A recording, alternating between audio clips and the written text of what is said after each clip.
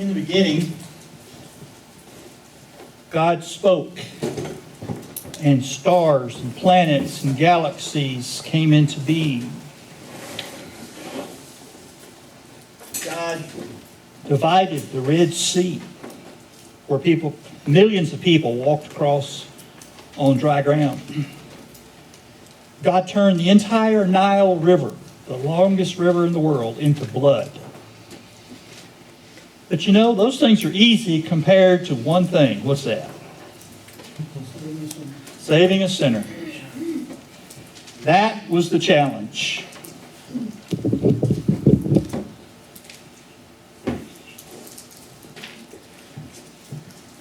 What's the problem with saving a sinner? They gotta want it. Sir? They gotta want it. For one thing, they got to want it. What's God's problem with saving a sinner? He's already told us that the punishment. Yes. Yeah, God's own law says the penalty for sin is death. All of us have sinned. All humans have sinned. How can God save us and not break His own law? That's the challenge. And how can God make someone who is totally unrighteous be righteous? God can't just wave His hand and declare you righteous. I mean, there's got to be a mechanism for doing that. And so Paul is explaining in the first 8 chapters of Romans how God can save a sinner. And he tells us what grace is. That grace is a gift.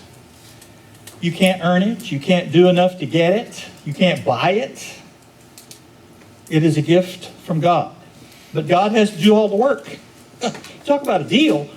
Man, God has to do all the work. God has to sacrifice everything. And God sacrificed His own Son to pay our sin debt. And God can declare us to be righteous. When you look in the mirror, have you ever thought, that's a righteous person, even though you know you've done all these terrible things, but you can still look in the mirror and say, that person is right. That person is righteous. That person is holy. Because God has given me holiness, righteousness, justification. So for the first 8 chapters, Paul explains exactly how this works. And then in chapters 9, 10, and 11, he talks about the Jews. How, for the most part, the Jews rejected Jesus. And how brokenhearted Paul was about that. They were his people. But some Jews, he said, would be saved, those who accepted the plan. Now in chapter 12, Paul says, okay, because of everything I've said up to now, here's how Christians should live. Because of what God has done for me, he says, here's how I want you to behave. I want you to live this way. Here's how a Christian should act and live. And so last week we started looking in chapter 12, starting in verse 9. And he tells us how you and I should behave as Christians. We are called to a higher standard. People don't ordinarily behave this way. So what do we have to do? Be different. We have to be different. We have to choose. I am going to act this way. It doesn't come naturally to me. When people mistreat you, what is your normal response? I want to hurt back. If somebody mistreats me or acts ugly to me or hurts me or says something ugly, I don't like it and I want to hurt them back. Not only do I want to hurt them back, but what? Maybe a little Worse. If you break my little toe, I want to break your leg, you know. If you slap me, I want to knock you unconscious. And so our nature is to act one way. But Paul says, but now you're indwelled by the Spirit, and you now have the power to do the right thing. The Spirit not only saves me, but He gives me the power to act like I'm supposed to. So what excuse can I not use? didn't know. I didn't know. What else? What's our common excuse? It's the way I am. It's the way I am, yeah. That's just the way I am. Sure, I'm not going to put up with that kind of garbage. I'm going to fight back. Well, that's what our culture teaches us. But Jesus says, no. If you're a Christian, I expect you to act a little differently. And so,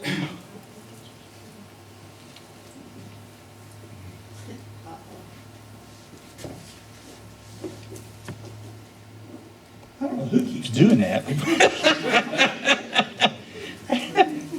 Is Kathleen doing that? I wouldn't be surprised. So, how should the everyday Christian be different from the world? Well, he gives us a whole list. And then he's going to give us another list. And this is an important list. How do you get along with difficult people? That's one I have to study a lot. Particularly when you work with elders, you really got to know how to deal with difficult people.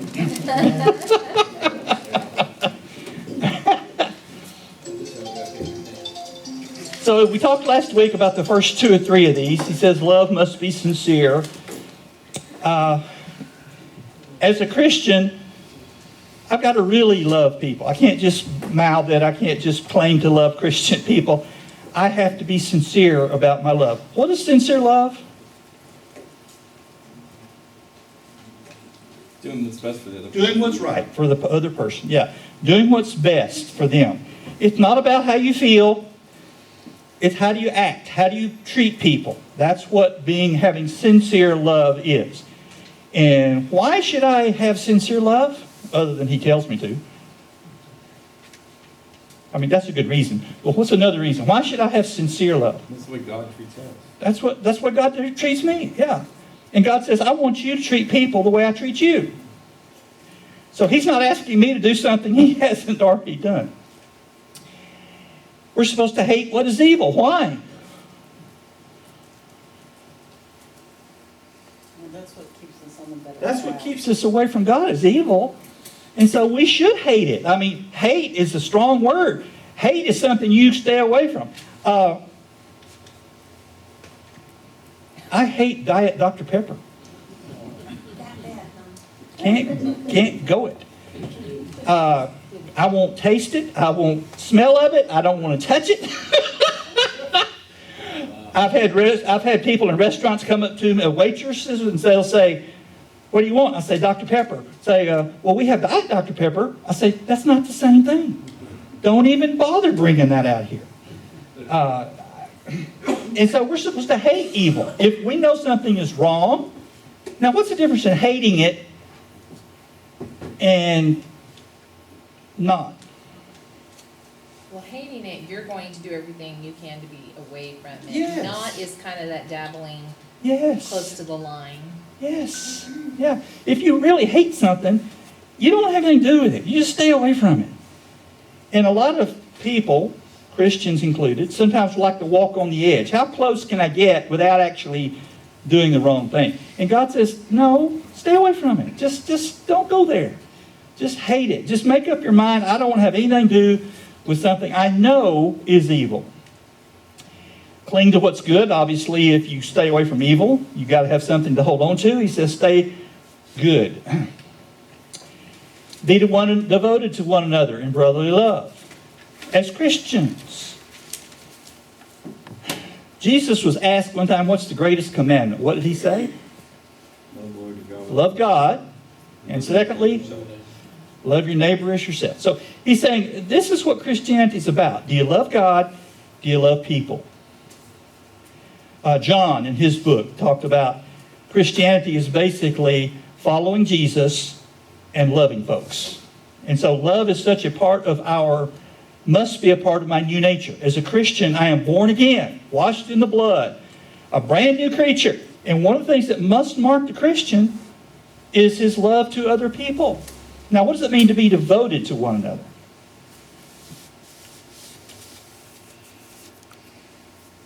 Make each other a priority. Yes. Yes. I must make this a priority. It must be important to me. Loving some of you people has got to be, I have to do it.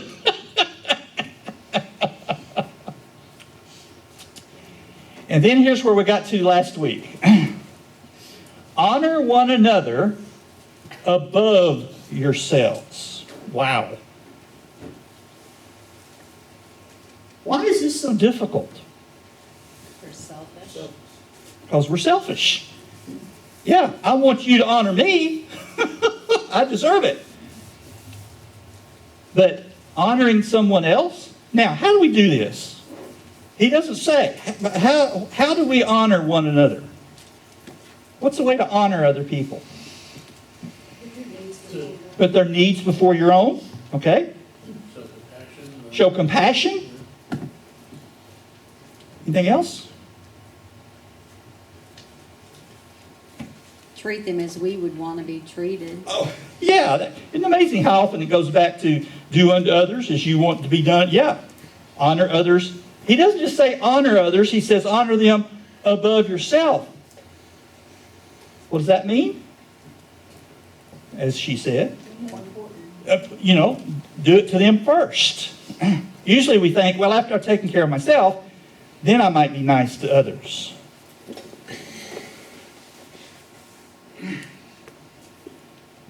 Honor one another. Honoring Christians, honoring people. That's so alien to our thinking.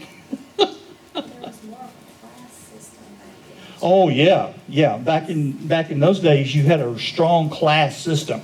You had, it's estimated that anywhere from half to 2/3 of all the people living in the Roman Empire were slaves. That's a lot of slaves. And how were slaves treated?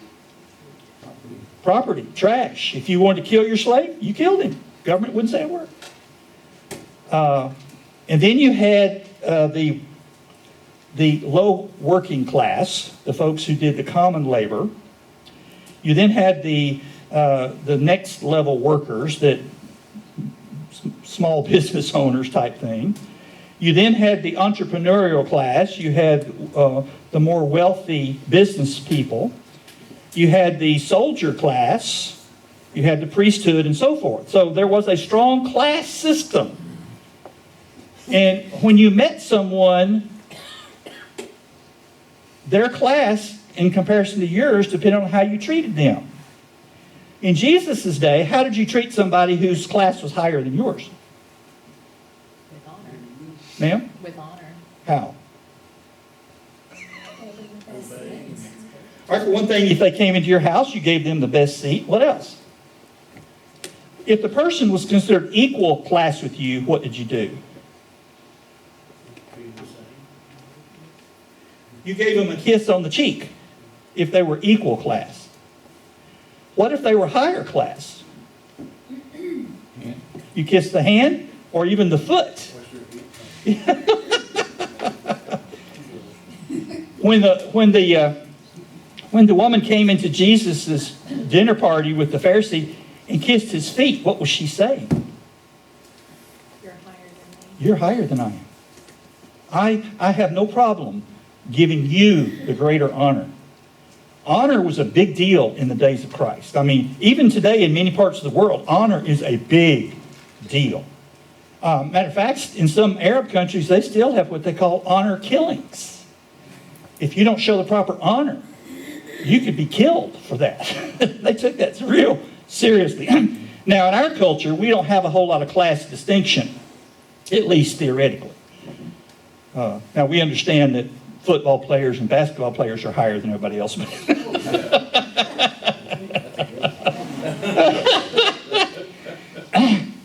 And politicians,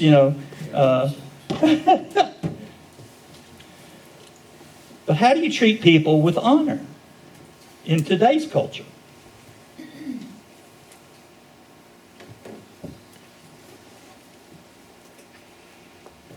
Money. Ma'am? How can we show honor to one another? You just extend courtesy and Yes. offer things. Well, sure. Common courtesy. Treat them like you would treat your boss. Well, yeah. That's a good way to put it.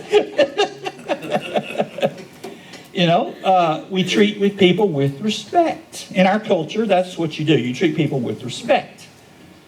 You don't speak down to them. You don't speak harshly to them. You don't speak angrily to them.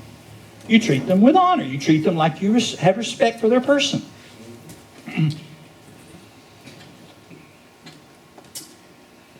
Never be lacking in zeal. What is zeal? Determination. Sir? Determination and Determined. enthusiasm. Enthusiasm? Okay. What's he talking about? Never be lacking in zeal. Well, there's sometimes you just get to a point where it's like, oh, you don't want to roll out of bed in the morning, but you go, oh, I remember why I'm doing this, and then that gives you energy to, Okay. Go do the day. And Purpose. Sir? And purpose. Have purpose, okay? I think you would say energy today. Yeah, yeah. You don't want to be lukewarm, Yeah. like the verse talks about. Yes, It's been yes. out. We don't want lukewarm Christians. What'd you say? This version says diligence. Diligence, okay. The idea here is we ought to be excited about being Christians. Can people look at us and tell that we're excited about being Christians? Why should we be excited? Other than the fact he tells me to. We're saved. Yeah? We're saved from the punishment. Well, for one thing, yeah, we got a whole lot to be excited about. But why does God want me to be zealous about Christianity? Because we've got to sell it to Yes, other sir. people that aren't. And Yes, they've got to sir. look at us and go, hey, I want to be that guy. Yeah, Because exactly. Nothing gets them down. Yeah. I mean, if we go around sad-faced and depressed and down all the time, what are people going to look at us and say? You're no different than me. Well, if that's Christianity, I can live without it. Yeah. Christians should live such a life that people look at us and say, hey, that guy's got something I want to have. I've got a guy at work that's a Latter-day Saint, and I'm got to do some research because, he gets all bummed out because he's like, well, I would go there, but I can't eat pork. Or, I would do that, but that's on the Sabbath. And Right, I invite right. him to, so I'm like, Yeah. I got to Yeah. learn how to approach him in a way that, If a Christian wakes up Sunday morning and says, I got to go to church, is that zeal? Might as well not go, if that's right. Might as well not go, that's right. Or when you put your collection in the plate, well, I could have sure bought some tires of that. Zeal is an excitement. It's a joy. When Sharon and I got married, I never will forget her walking down the aisle, and she had a big smile on her face, and she was walking so fast, her escorts had trouble keeping up with her. What did that tell me? You want to get over with. She wanted to get over with. Well, ladies, Sorry, it's a signal. they just destroyed 50 years of... No, I thought she's excited about doing this. If she had walked down the aisle with a sad look on her face and just barely, like she's going to the slaughter, And if people see us as Christians and we're not happy about our Christianity, we're not excited about serving the Lord. If you go to buy something, say if you go buy a car and the salesman comes out and says, you don't want a car, do you?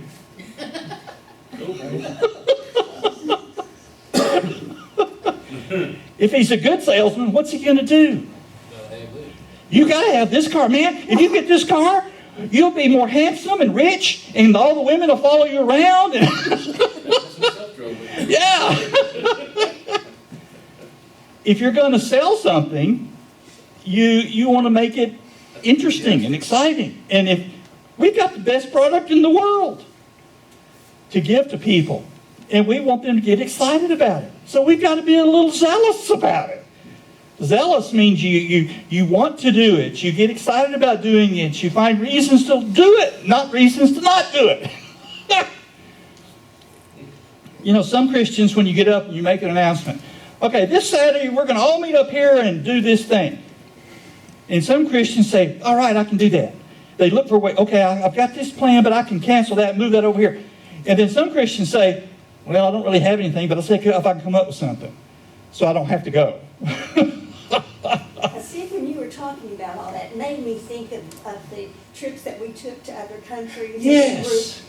And what we learned to do Oh. was to sit down in a group and just start talking and laughing and Yes. sharing among ourselves. And before long, they would start coming up. Yes. And sitting Yeah. down Oh, yeah. with us. Yeah. Why do people go to football games? I mean, there may be 100,000 people show up to watch the Sooners. Why? I have You have no idea. no idea. Baseball, because it's The exciting. baseball, okay. Baseball's. Now, I would not walk across the street to watch a soccer game. Oh.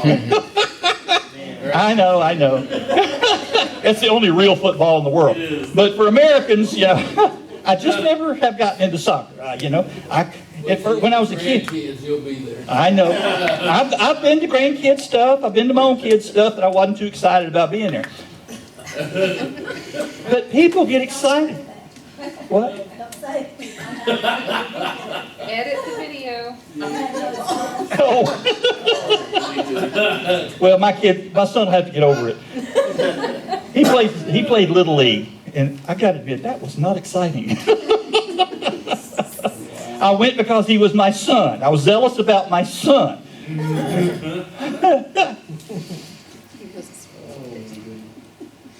I went and watched my daughter play volleyball.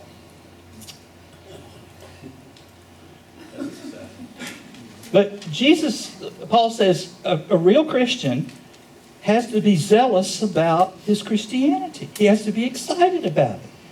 If nothing else, just think about the benefits you've got. You can get excited.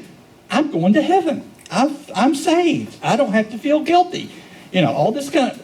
And then we're zealous because we've got something that we want to share with people. He says, keep your spiritual fervor. What is spiritual fervor? Well, John 10:10 says, I have come that they may have life and have it in abundance. In abundance. He said, I didn't just come to bring you life. I came to bring you the abundant life. Yeah. Right? Yeah. Fervor. What is that? Heat. Excitement. Yeah, it's like you got a fever. Keep your spiritual temperature up. Don't become dull and boring with your religion. I read just this week about a woman, her daughter banned her mother from coming over wearing her cross. She wanted her house to be safe from Christians. Safe, right? Yeah, she wanted her house to be a safe space where Christians can't come in and make you feel guilty. She wasn't living the right lifestyle, and her mother believed in Christianity, so she wanted to ban her mother from wearing her cross. Somehow that offended her. So we need to keep our spiritual excitement, our spiritual fervor alive. He says, be joyful in hope. What's our hope? Eternal life. Now, when the Bible uses the word hope, it uses it differently than we use the word hope. When we use the word hope, what do we mean usually? I hope it works out. Wishing it'll happen. Like say, okay, I'm playing golf Friday. I hope it doesn't rain. But this kind of hope in Scripture is an absolute certainty. When the Bible uses the word hope, it uses it differently than we do. Hope in Scripture is an absolute certainty. And so Paul says, be joyful because you have hope. You've got hope that you're going to live forever. That this life is not the end. That when you die, you're moving on to a better life. And so you've got something to look forward to. You understand, all these are so closely related to faith. Oh, they're all part of faith, yes. If we believe God, Yes. He said, we're going to do these things. Yes, We're going that's right. to, That's exactly right.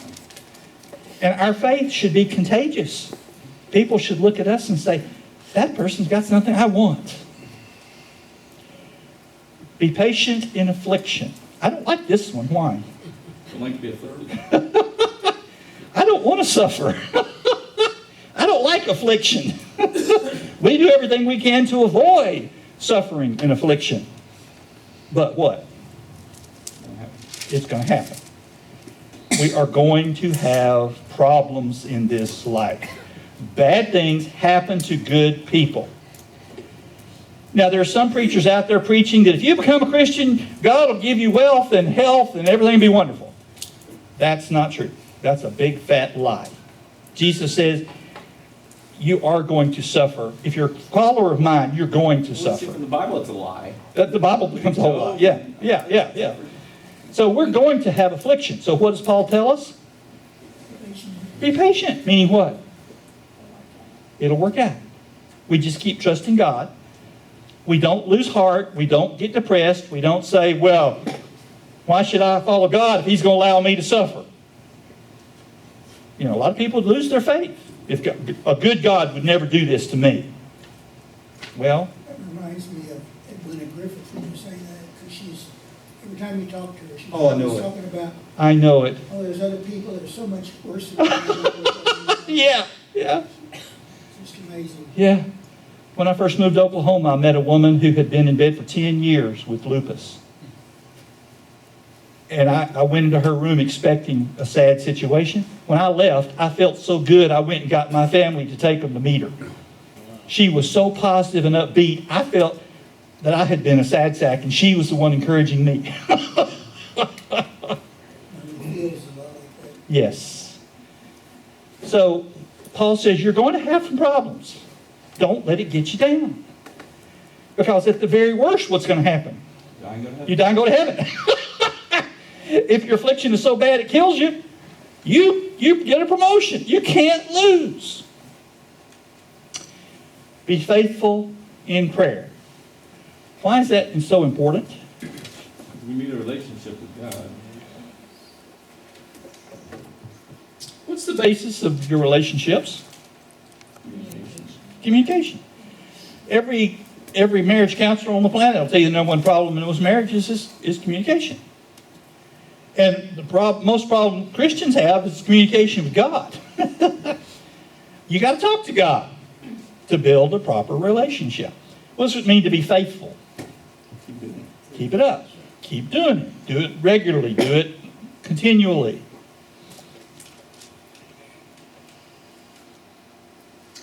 And then he says, share with God's people who are in need. Why in the world would I want to do that? It's mine. Why should I share it with you? Attitude adjustment.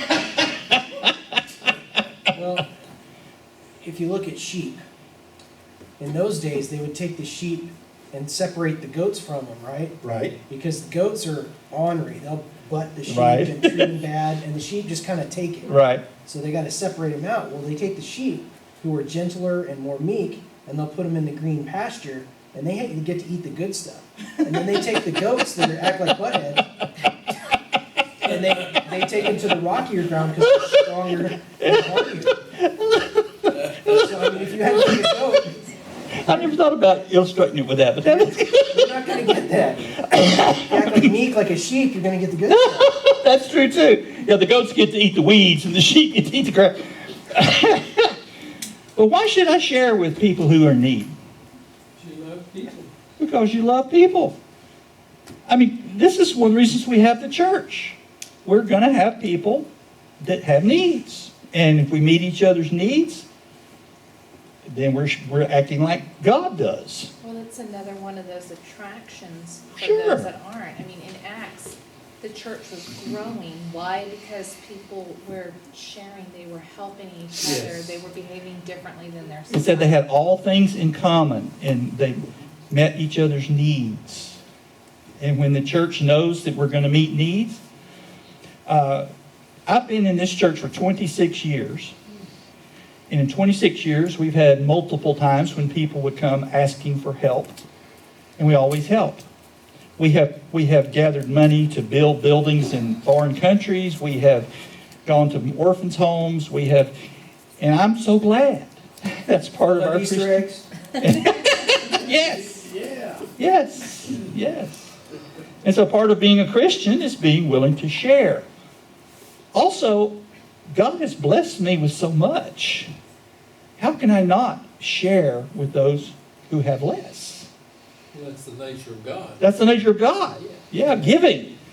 God gives, and He wants us to give. Besides, what good is giving anyway?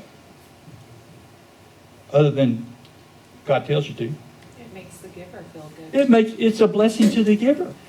Matter of fact, the Bible says it's more blessed to give than to receive. We gain more out of it by giving than the person who actually gets it. So it's a good thing, and Christians should do that.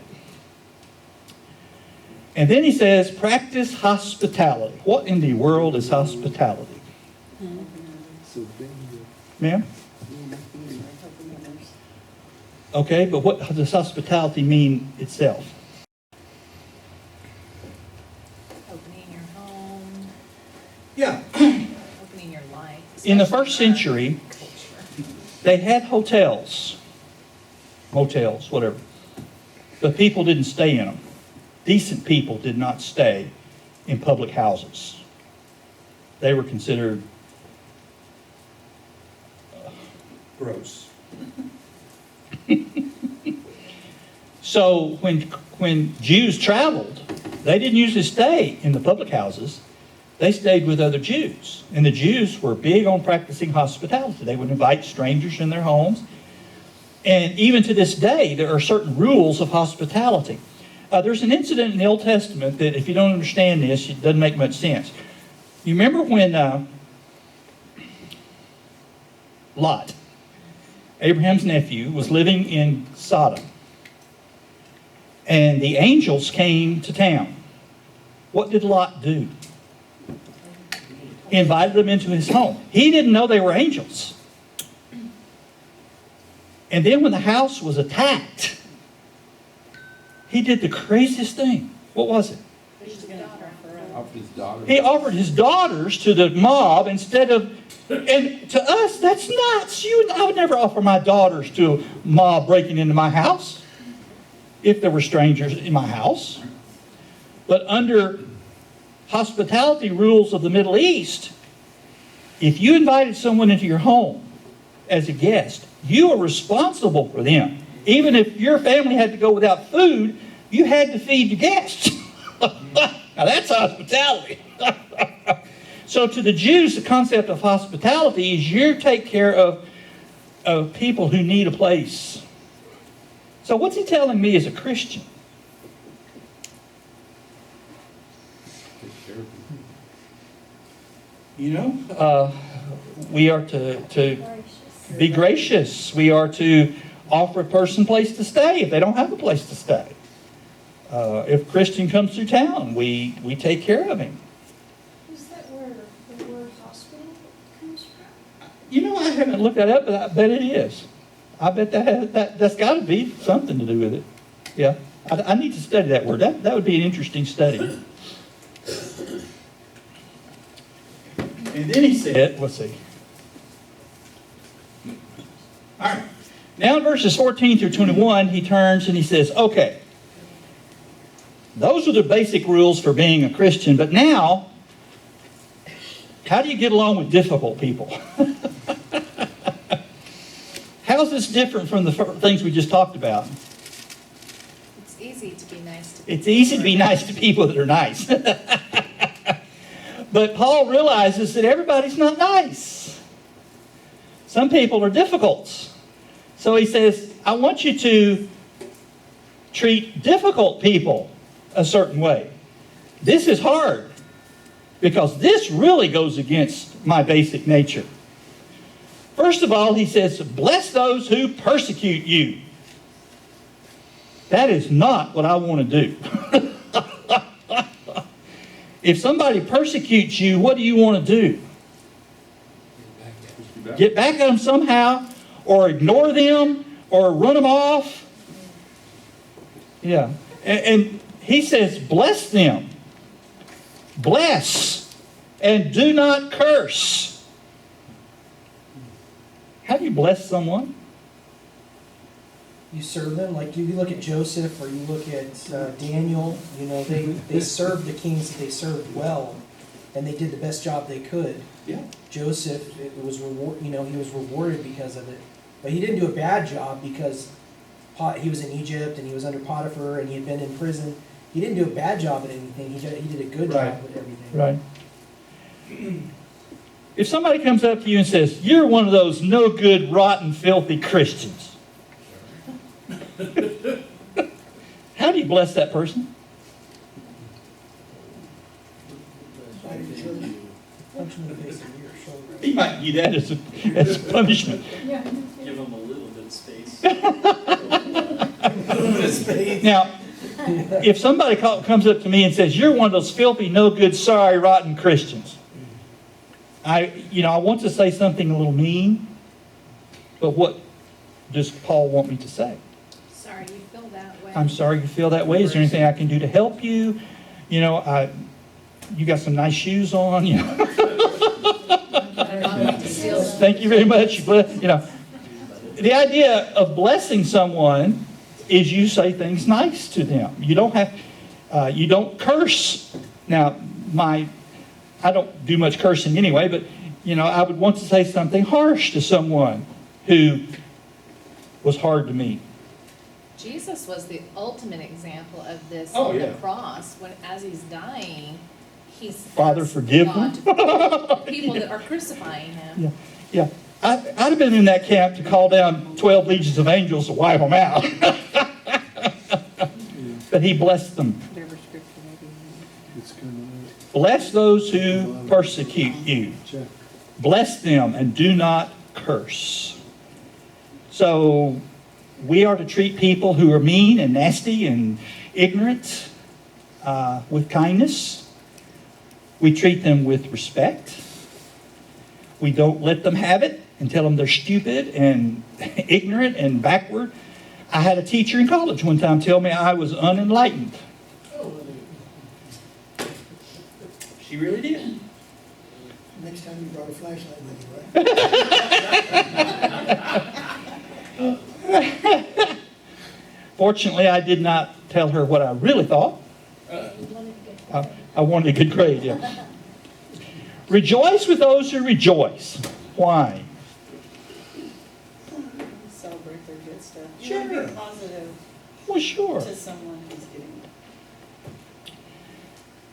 If a person rejoices, if something good happens, be glad with them, even if they don't deserve it. Mourn with those who mourn.